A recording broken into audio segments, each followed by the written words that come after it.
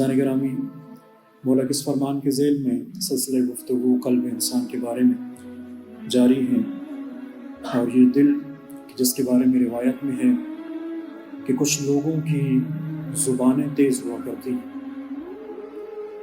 وہ بولنے میں بڑے تیز ہوتے ہیں، نہ وہ کسی حرف میں کوئی غلطی کرتے ہیں، نہ کسی لفظ میں غلطی کرتے ہیں، وہ ہر حوالے سے ماہر ہوتے ہیں بولنے میں، لیکن اسی اثناء میں اسی وقت ان کے دل شدید ترین تاریکی میں مبتلا ہوتے ہیں۔ روایت میں ہے کہ اس وقت کہ جب وہ بول رہا ہے، اس کی زبان سے کلمات جاری ہیں، عین اسی وقت اس کا دل جو ہے وہ تاریکی میں مبتلا ہے۔ اور پھر فرماتے ہیں کچھ لوگ ایسے ہوتے ہیں کہ جو بولنے میں مہارت نہیں رکھتے، جن کے پاس ادائیگی نہیں ہوتی، دل کی بات کو زبان پہ لانا ان کے لیے آسان نہیں ہوا کرتا، لیکن ان کے دل روز روشن کی مانند نورانی ہوتے ہیں، ان کے اندر نورانیت ہوتی ہے۔ تو پس معلوم ہوا کہ انسان کا باطن اور انسان کا ظاہر سے ہو سکتا ہے کہ انسان خوشنما ہو، اس نے اچھا لباس پہن رکھا ہو، اس کے بولنے کا انداز بڑا اچھا ہو، لیکن ہو سکتا ہے کہ اس کا اندرون، اس کا انر سیلف جو ہے وہ تاریک اور اندھیرے میں ہو۔ اسی طرح سے ہو سکتا ہے کہ شخص آپ کو بولنے میں اتنا اچھا نظر نہ آئے، آپ کو ہمیشہ خاموش نظر آئے، اس کی زبان جب گفتگو کرنا چاہتا ہے تو اپنی محفل کے اندر سب سے یا تو کم گو نظر آتا ہے یا اسے بولنے میں مشکلات پیش آ رہی ہوتی ہیں، لیکن اسی وقت ہو سکتا ہے کہ اس کا دل نورانیت سے بھرپور ہے۔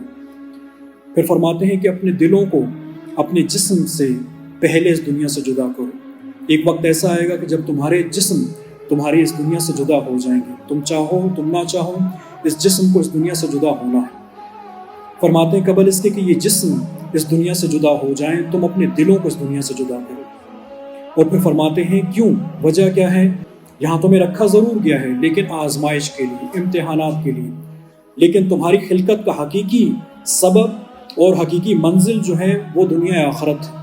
آئمہ معصومین کی زبان سے نکل کر یہ پیغامات آ رہے ہیں، ان کی طرف انسان کی توجہ ہے کہ انسان کا دل کس قدر قیمتی ہوتا ہے، انسان کا باطن کس قدر قیمتی ہوتا ہے، اس کے اوپر کس قدر انسان نے زحمت اٹھانی ہے۔ اور آج جو چیزیں آپ کی خدمت میں عرض کرنی ہیں، جو روایات کے اندر سے ہمیں ملتی ہیں، وہ یہ کہ اس دل کو نورانیت کیسے عطا کی جائے۔ دل زندہ ہو جاتے ہیں، دل نرم ہو جاتے ہیں، اب مزید ان کو جلا کیسے عطا کی جائے، مزید ان کو نورانیت کیسے عطا کی جائے۔ فرماتے ہیں 3 چیزیں ایسی ہیں کہ جو اس دل کو نورانیت عطا کرتی ہیں۔ سب سے پہلی چیز رسول خدا فرماتے ہیں کہ دلوں کو بھی زنگ لگ جاتا ہے، بالکل اسی طرح جس طرح سے لوہا زنگ آلود ہو جاتا ہے۔ آپ دیکھتے ہیں لوہے کو پانی میں رکھا جائے تو اس پانی کی وجہ سے اس لوہے کو زنگ لگ جاتا ہے۔ فرماتے ہیں یہ دل جو قلب انسان ہے، اس کی بھی یہی کیفیت ہے۔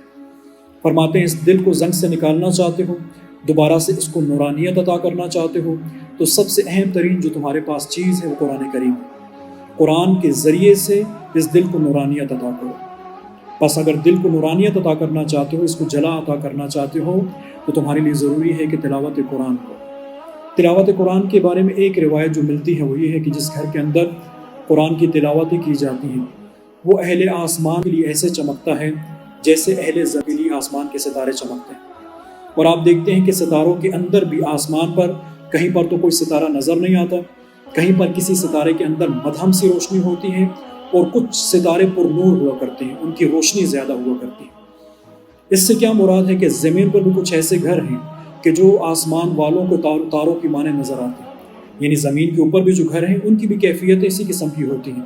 آسمان والے جب اس زمین پر نگاہ کرتے ہیں تو کچھ گھر تاریک نظر آتے ہیں اور کچھ گھروں سے نورانیت اٹھتے ہوئے نظر آتی ہے۔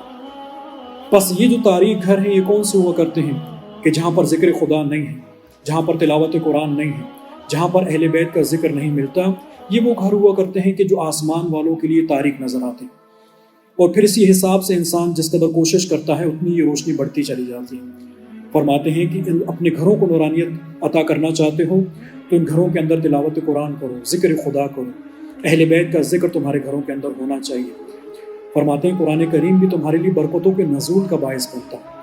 جس قدر گھر کے اندر یعنی وہ چیزیں کہ جو پروردگار کی اطاعت شمار ہوتی ہیں، وہ چیزیں جو پروردگار کی فرما برداری اور خدا کی خوشنودی کا سبب قرار پاتی ہیں، جتنا اس کا کثرت سے گھر کے اندر اس کا اجرا کیا جاتا ہے، ان کو انجام دیا جاتا ہے، اتنا ہی گھر کے اندر برکتیں آتی ہیں اور شیطان وہاں سے کوچ کرنا شروع کر دیتا ہے۔ لہٰذا اپنے گھروں کو نورانیت عطا کرنی ہے، اپنے دلوں کو نورانیت عطا کرنی ہے، تو فرماتے ہیں کہ اس کا سب سے اہم ترین ذریعہ جو ہے وہ تمہارے پاس قرآن کریم کی صورت میں ہے۔ قرآن پڑھا کرو تاکہ تمہارے دلوں کو بھی نورانیت عطا ہو اور تمہارے گھر کے اندر بھی نورانیت کا دخل ہو جائے۔